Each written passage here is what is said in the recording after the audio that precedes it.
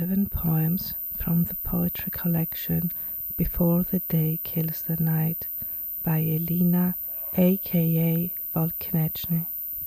Don't be too long. I've torn the wild roses from your path. The green horseman whose trumpet once echoed through the night will soon be overthrown.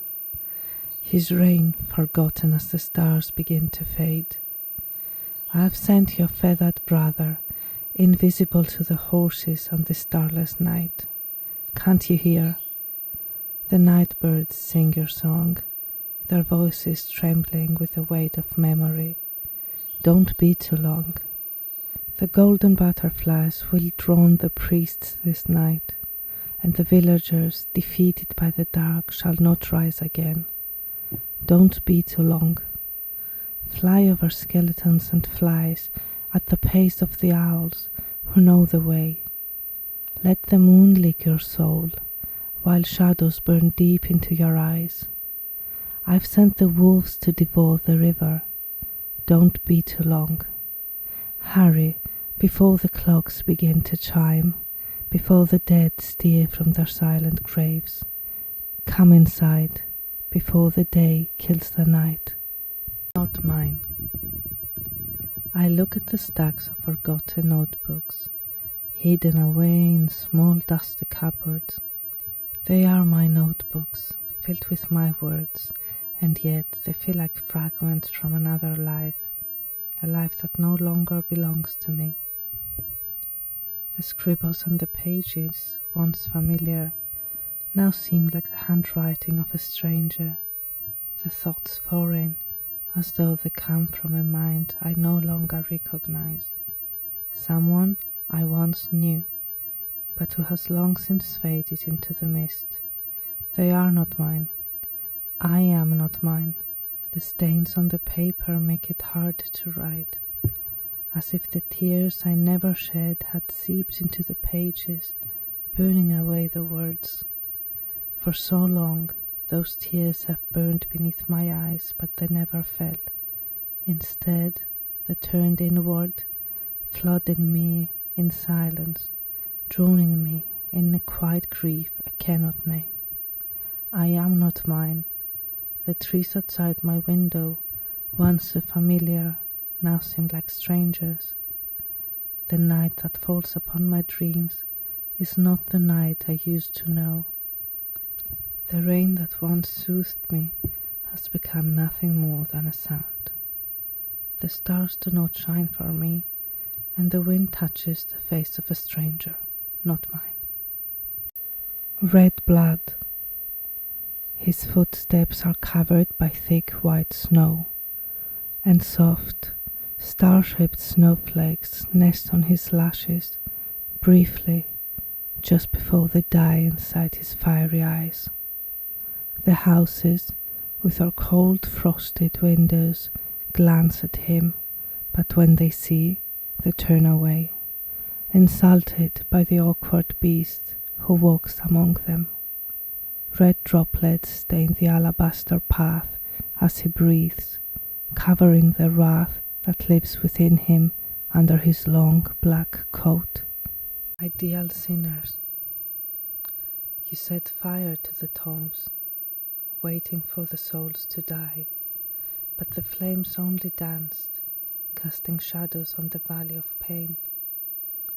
You cut holes into the naked trees, the wine-red blood soaking into the soil, turning it to a barren desert where the burning sand eats away at our flesh.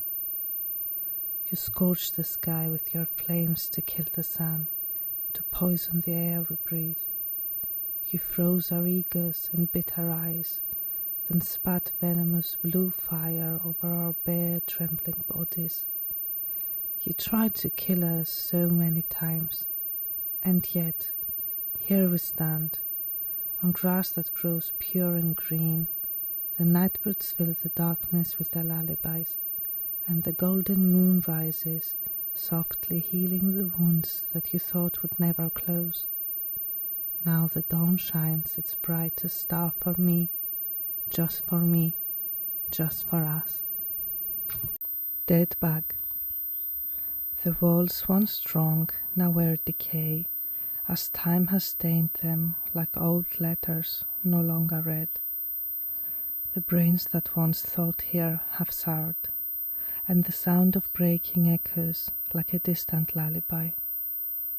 I tell you, don't gaze at the stars, for they too are deceivers, leading us through nights that never end. Let the spiders weave their webs upon your bed, for what comfort can be found beneath the sky? The pictures that hang here have faded to silence, erased by hands not our own. Do not be afraid. The salamander boy has already licked them clean. He slipped into your house last night, silent as the wind, and I saw him, but did nothing. Do not light the candle. It will only burn out. The man of fire is close to death, and it is not for us to witness his last breath. The three who hang in the square swing gently in the wind, their shadows our only playground. The third one, his fate sealed upside down in the waiting dark, he foretells our doom. Soon the clocks will strike 7, and the anchors will tear down all mirrors, their glass falling like ancient promises. And there is a boy whose weeping reaches through the night, his head already lost, though he knows it not. The ram with horns adorned with eyes that have seen too much, wanders the streets tonight, searching for more to claim. The green horse gallops through the streets, faster than dreams, its hoofs silent upon the stones. The footsteps in the hall are not mine, not yours. Leave this place while you still can. The wind has stolen every sound, and even the lieutenant's fingers have turned to dust, his lizards lighting the way. The stars will not shine for the one who wasted his hope on a dead bug. Two angels. Two boys entwined by a red thread of fate, their moist eyelashes trembling in the night's quiet breath. Their parted lips, warm and soft, carry the pulse of life beneath pale, fragile skin. Pulsing veins, blue like the rivers of forgotten lands, hide just beneath the surface, as crowns of white flowers rest upon their glimmering hair, fragile halos in the darkness. Two angels, their necks wrapped in the silent embrace of snakes, bound together for eternity, forever tethered in the dim light of the stars. The baptism. In the gardens of asphodel, where the boys' laughter echoes a haunting sound beneath the eternal dusk, the owls cry out, marking the beginning of this unseen land. The moon, pale and solemn, guides you down into the cold, deep waters where time slows and the world above fades from view.